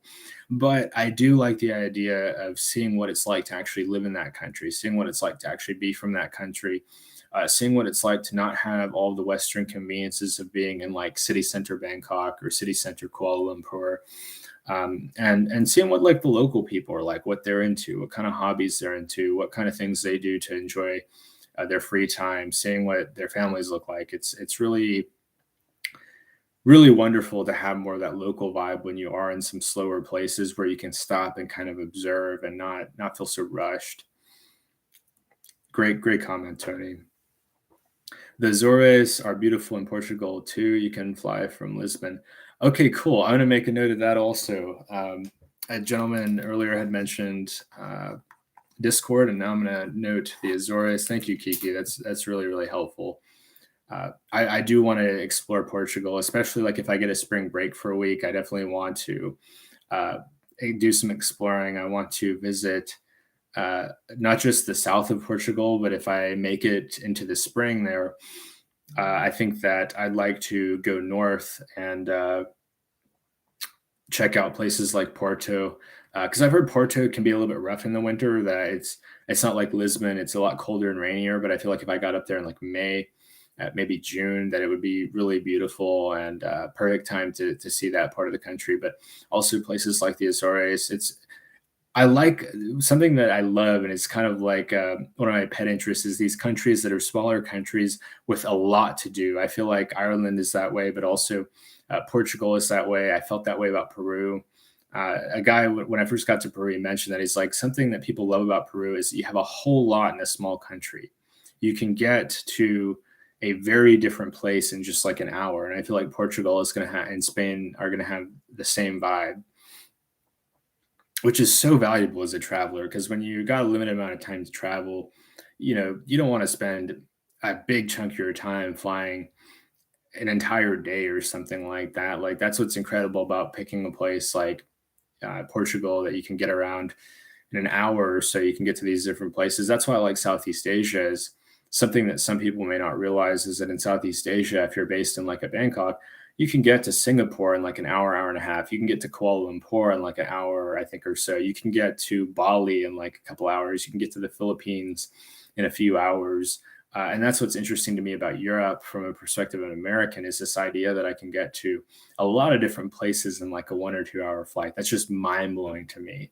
That's totally mind blowing. For me, a 1 or 2 hour flight is like a flight to Chicago or to New York City.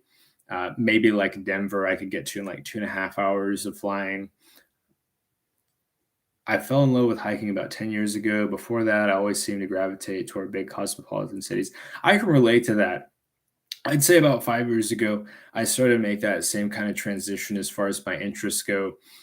From being interested in like I've got to be in Los Angeles or I've got to be in New York City or I've got to be in Seattle or I've got to be in Denver. I lived in Denver for several years, and oh, thank you for mentioning that question. I'm sorry it slipped through, Tony. I'll definitely get on that in just a couple of minutes. Uh, I like being by myself more. I found as I get older, I'm less like insecure and I'm less worried about what other people are thinking, what other people are wanting to do, what's popular, and more interested in just like hanging out by myself because I've moved from being insecure to having a little bit more self-confidence. I'm not as much bothered by spending time alone. I'm not as much bothered by the thoughts that I have when I'm by myself. And that's where like I kind of have gotten to like hanging out with somebody else has to be better than hanging out by myself. And so going hiking does offer the opportunity for that to spend a lot of time by myself, just reflecting enjoying quiet, simple moments and appreciating things like a breeze in the air or a beautiful sunset. Have I been to Chiapas? A great question, Kiki. Thank you for sharing. I think there's a lot to be said for that kind of vibe. Oh yeah, oh yeah. So have I been to Chiapas or Oaxaca? No, I have not, Tony. Wonderful question.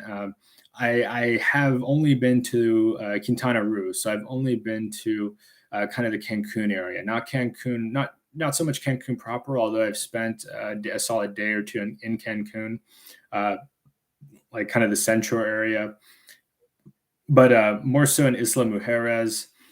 I have interest in Mexico, and I want to go to Chiapas. I do want to go to Oaxaca. I also want to go to. It's on the tip of my tongue. Quere- Querétaro, and I want to go to Mexico City. I've heard Mexico City is super underrated. That it's got a lot going for it. You have mild weather. It's a high altitude city, which I'm a big fan of. A number of high altitude cities: Cusco, Denver, uh, places like that. Bogota, even Medellin to some extent. But no, I haven't been to those places, and I want to spend more time in Mexico, uh, especially like if I get like an engineering job in the U.S. and I'm going to be based out of the U.S. for say 10 years at least. I plan to do vacations in places like Mexico. I want to make it a point to get down to Mexico and see places like Chiapas and Oaxaca because one, I love the food. I've been eating a lot of Mexican food for a long time now in the U.S. because I think it offers incredible value, and you get to support these small businesses. You get to support average, regular people, working people, and you get to have some of the same foods that you'd have at more westernized restaurants, but at a fraction of the price. Of course, Mexican food has gotten more expensive as it's become more popular, but it still offers really good value.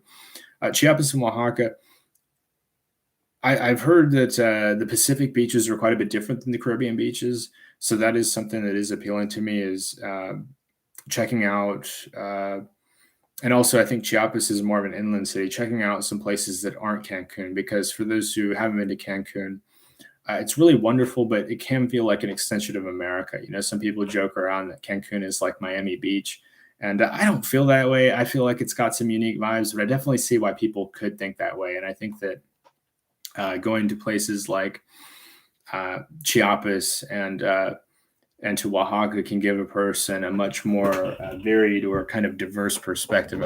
One second, I'm going to plug my charger in.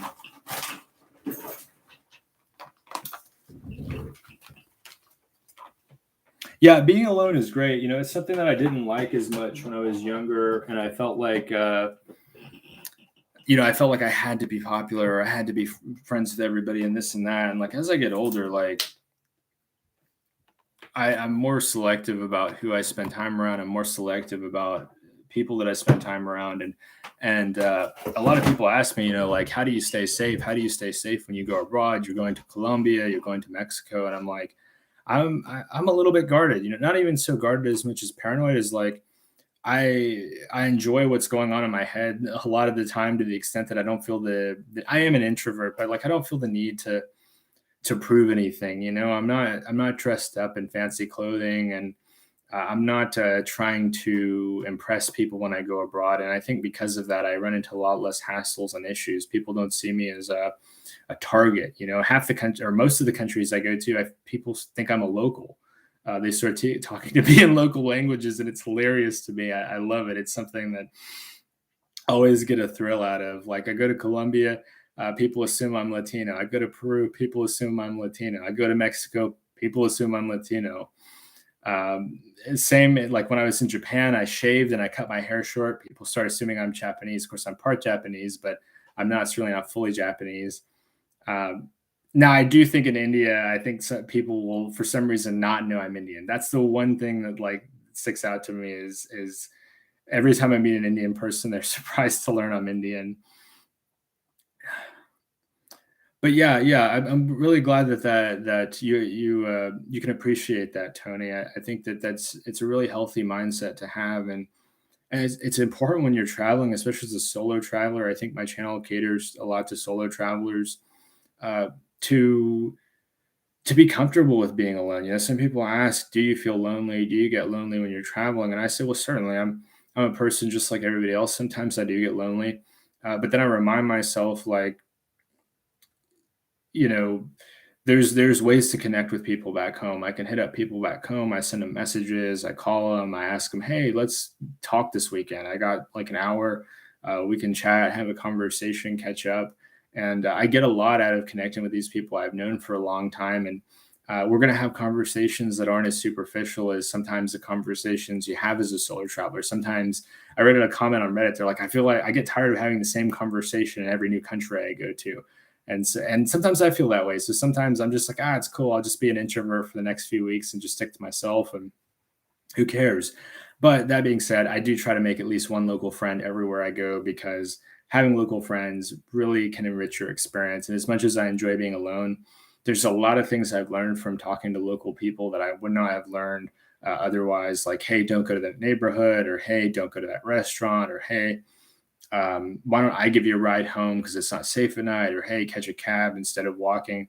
These kinds of things as a traveler, I'm not always in tune with, because especially if I'm bouncing from place to place, sometimes I'm going from country to country or city to city every month. And so in a month, there's only so much you can really learn. And if I've got a couple of days, I'm not going to learn enough detail about a given area to know little idiosyncrasies that locals can really tune me into. I think that local people often are extremely insightful. It can really make the difference in you having a good time or not. Yeah, great comment, Tony. I think that it's really wonderful to also to not feel like trapped. Like, when I started trying to travel when I was younger and try to include other people, or try to say, let's do a group trip, everybody would inevitably flake. And so I got in the position where I was like, okay, I can either make travel plans with other people that are probably going to follow through and the trip's probably not going to happen, or I could just make the travel plans by myself. And if somebody wants to join, tag along, they're welcome to. But if they don't, I'm still going on this trip. Um, I did a lot of solo travel for business too in the US that kind of prepared me for that. I'd go to festivals and I'd go with a group of friends, but because they were there to have a good time and I was there to work, I spent most of the time by myself working and selling my arts and crafts, selling my products. And uh, I got kind of used to just being in a random city and not knowing anybody, and just kind of having to look after myself. And that's what's made this possible. Is people like, how could you just like decide in a week to buy a plane ticket to this other country? And I'm like, I've done this at this point several times, and everything went smoothly. I used a lot of street smarts, and everything goes well. So like, why not check out Europe? I've never been to Europe. It sounds like an incredible opportunity. Of course, some of our subscribers are from Europe, and that opens up the door to potentially meet some of them. That sounds incredible to have this connection, because something I love about YouTube is that I can assume the majority of you guys and gals have strong English proficiency, and that cuts away from loneliness too. I feel like sometimes it can contribute to the loneliness in the solo traveler when they don't speak the local language, or they don't they just don't have that skill set to really connect with people locally, as far as beyond just hello, how are you doing, my name's Alex, I'm from the United States, I'm a programmer. That's about the extent that some of my conversations get in some countries. And to be able to speak in English with all of you is so wonderful, and that really brings me a lot of energy when I am traveling abroad, because it's like, oh, we could talk about whatever and they're going to get it because they've traveled, or they're planning travel, they've been to cool places, or they want to go to cool places. And we're all in different stages of our journey, and that's another thing I'm grateful for. Is some of you all are quite experienced in travel, you've been to a lot of countries, you're living overseas, whereas other subscribers are just starting out, they haven't been outside their home country. They don't know much about this lifestyle, but they're intrigued by the possibilities and the potential that comes with being a real adventurer. I mean, we're living in this incredible time where air travel is much more accessible than any other time in history, as far as the economics go. And I think that um, I will have very few regrets later in life if I do more of the travel that fulfills me so much, and opens my mind, and really causes me to grow and to become a better person.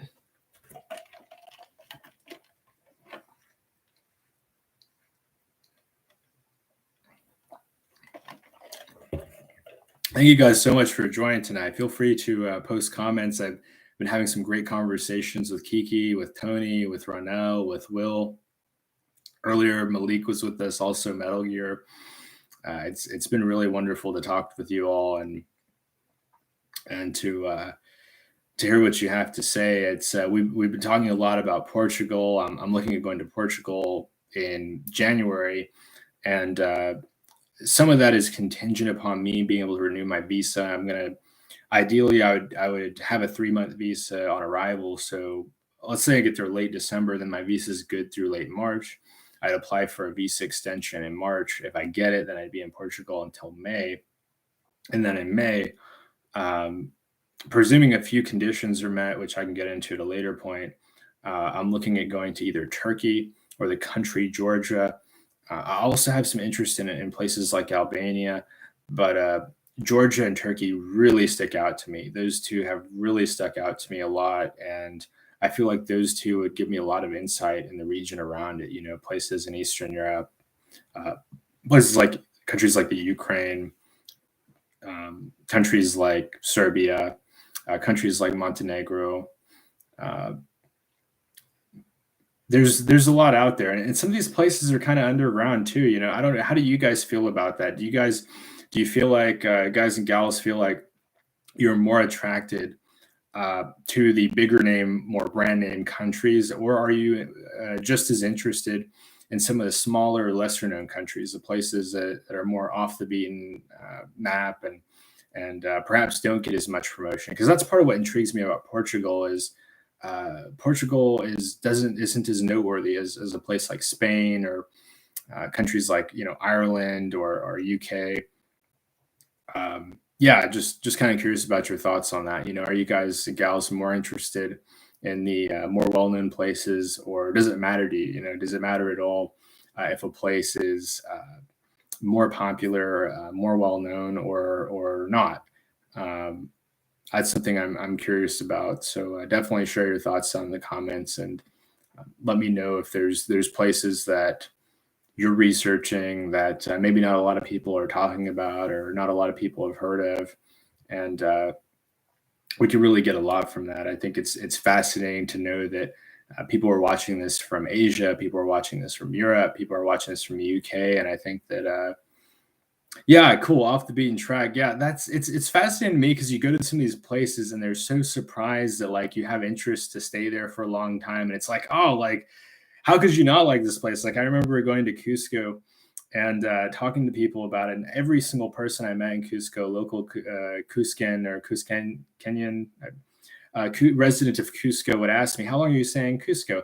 And every single time I said, "I'm gonna be here for a couple of months," and they would always be surprised. They would always be so pleasantly surprised, like, "Wow, you want to stay for 2 months?" Most people come here for a night or two.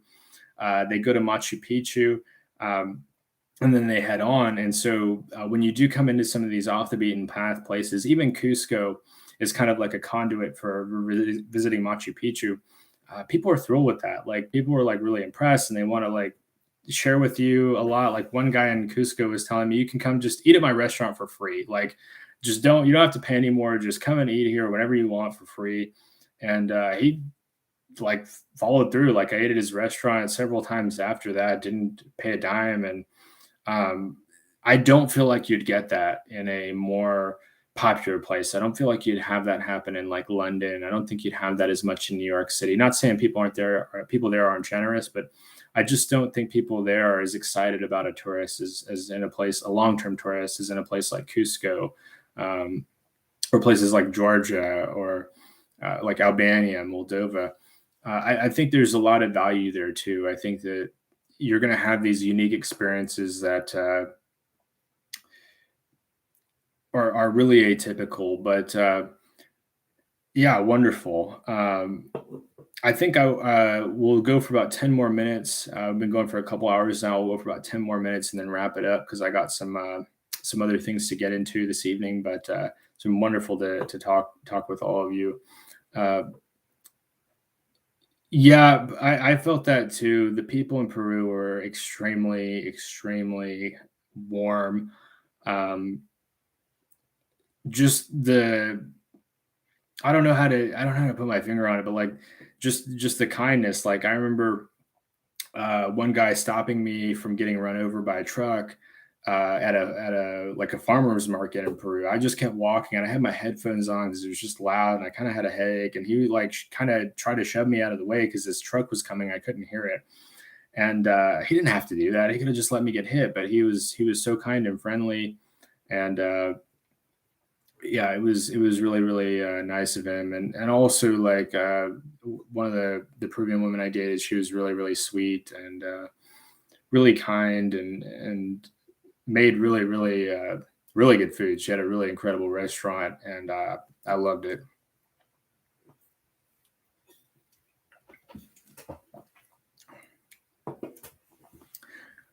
I'm from Canada, and people here are so cold.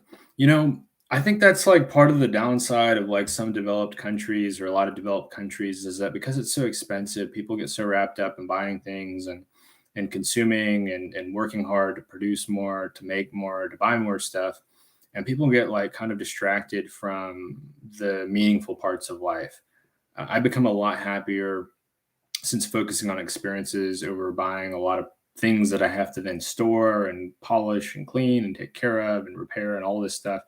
And instead, I just go for these experiences and I feel like a lot more enriched for it. And it becomes a little bit more challenging to connect with people that are cold in the US. I'm from a fairly conservative part of the US, and people are very much don't show emotions, don't show weakness, be tough, grit your teeth and bear through your pain. And I'm not like that. I think people should be open about it. I think that it's beneficial to mental health for people to share their challenges, to share their struggles, and for society as a whole, we should embrace people and not like baby them, but like people need encouragement. Like people need encouragement, and they don't get enough encouragement in the Western world. I think that it's so competitive that a lot of the times when people are doing their best, they get told it's not good enough. And I don't see that as much in some developing countries. I just don't see it as much. I could be wrong. Maybe it happens in every single country in the world, but I see a lot more people like putting value and importance on like things like family and like what kind of son, father, brother, sister, aunt, uncle you are, as opposed to like how much you make as a businessman or how much you make as uh, an engineering manager or what you make, what she makes as a doctor, these kinds of things. It's really isolating. I don't think isolation is good for people. I'm reading Technological Slavery in my free time by Ted Kaczynski. It's a fascinating book. I'll have to look into that. There's a lot of, I say this as somebody who's a technologist. I'm a computer science student and will be an engineer by trade. Technology has some negative implications. I definitely think that there's a lot of potential for negative impact on society by technology. Of course, you see people kind of engrossed in their devices. Duncan Trussell, a guy that I think is really insightful, he's been on Joe Rogan podcasts a few times. He made a really interesting assertion, and I really, really liked it. It blew my mind. He said, used to we would look out our window and see the real world, and then we'd be able to go out and interact with it. But now the window of our house has been replaced by an electronic screen, and we view the world through the window of this electronic, device, and it distorts our perception, perhaps more so than a physical window. So that's definitely worth consideration. Do I agree with what Ted Kaczynski did? Absolutely not. I don't think that crime, especially violent crime, is acceptable in a safe society. But I'm willing to acknowledge that we as a society do struggle with some of the downsides of technology. I mean, even the poorer people in America have a smartphone. I don't think that's a conspiracy or a big secret, but it's like, man, like there some of these things that are so accessible perhaps aren't shouldn't be as accessible to some people that are prone to abusing them or misusing them. I myself have misused technology. I was really hooked on video games when I was younger, and it it could I could have used my time more effectively. Great points. Living here is terrible for mental health. Great to see you, Will. I totally understand. I think we're in the final 5 minutes or so because we've been going for a couple hours, but definitely have some time for some final questions and to kind of send you guys off with well wishes for the week ahead. Living here is great points. Living here is terrible for mental health. I think, I think it's just, I think that the society is just perhaps, uh, kind of has the attitude of like, you need to just be tough enough, pioneer mentality to fight through it. And I don't think that's good. I don't think it's good at all. It's in my mind, stress is trying to tell you something. If a person's encountering a great deal of stress, they need to analyze it. They need to think about what's causing it, why it's happening, and really assess and analyze it, because it's not good for cardiovascular health to be under stress all the time. It's not good for the brain, the neuronal system in the brain, to be firing all the time like that, to be under a great amount of pressure. It can cause brain damage. Stress can actually cause brain damage, and it's something that shouldn't be taken for granted. And I keep that in mind a lot as far as my interest in living abroad is.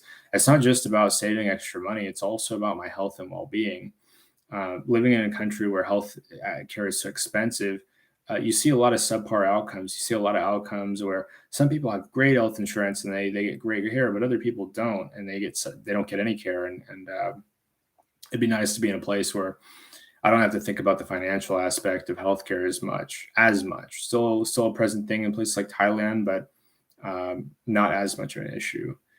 I'm back. Had to take a work call. Yeah, yeah. Welcome back. We'll definitely share if there's any kind of points or thoughts you had as far as in closing. We got about 4 more minutes, I think, and then we'll call it an evening or a morning, depending on where you guys are.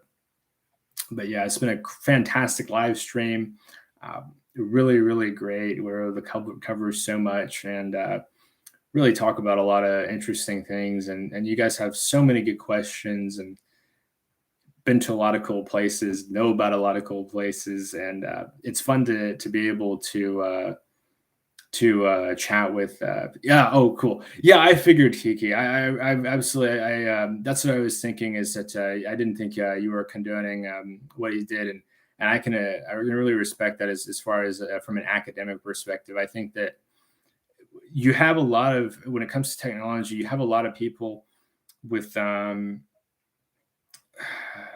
bias and incentive to downplay the downsides of technology. Like, I don't think that you're going to have an honest conversation with somebody that's, say, made a lot of money holding Apple stock, or made a lot of money holding Facebook stock, about what they could do. And by a lot, I mean like people who hold tens of thousands of shares in these companies. They're probably not going to be as apt to discuss the problems that come with technology abuse. I do see technology in some ways as being kind of a legal substance of abuse in the modern era. And, you know, it takes critical thinking to not just, oh, I love the technology. Yes, more and more. I want, Internet of Things. I want 100 devices online. I want to be connected all the time. It kind of reminds you a bit of the Matrix. You see the Matrix movies and you see people hooked into the machine and they've got all these kind of tubes sucking their life force out. And I do feel that at times when I see, like, especially like young people that are spending like the best years of their lives, like glued to a phone and not making use of the the opportunities in the world. It's like, just like put down the phone and you could, go out and go for a walk in nature, especially in some of these places in the US that have this incredible natural beauty. I think the natural beauty of the US is super understated. And if you just like make some time to like put away the technology and the sort of matrix, that you can get back to like your roots as a human, like you can almost feel like what it means to be a human without the lens of technology coloring everything.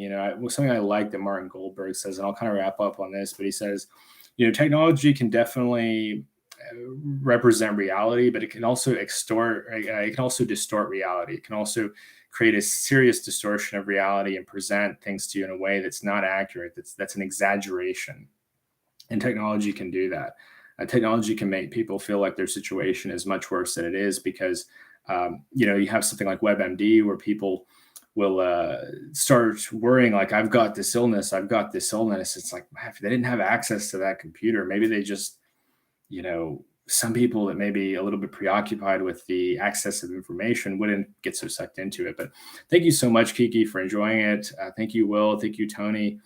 Thank you, everyone that's participated in this tonight. It wouldn't be such enriching, wonderful content without your contributions as far as questions and allowing me to respond. It'd be really cool. I'm hoping to eventually get into interviewing guests, and I'd like to have at least a few subscribers that have interest for interview. Do something like that at some point in the future. Of course, that's not a requirement, but if some of you guys are interested, it'd be super super cool, I think. But anyway, thank you so much for watching tonight. I really appreciate you guys sharing your valuable time with me, and I'm looking forward to the future. I'll definitely be keeping everyone posted when I look into buying my plane ticket. I've been doing my research and kind of tying that together. So yeah, thanks so much, and have a good evening, everyone.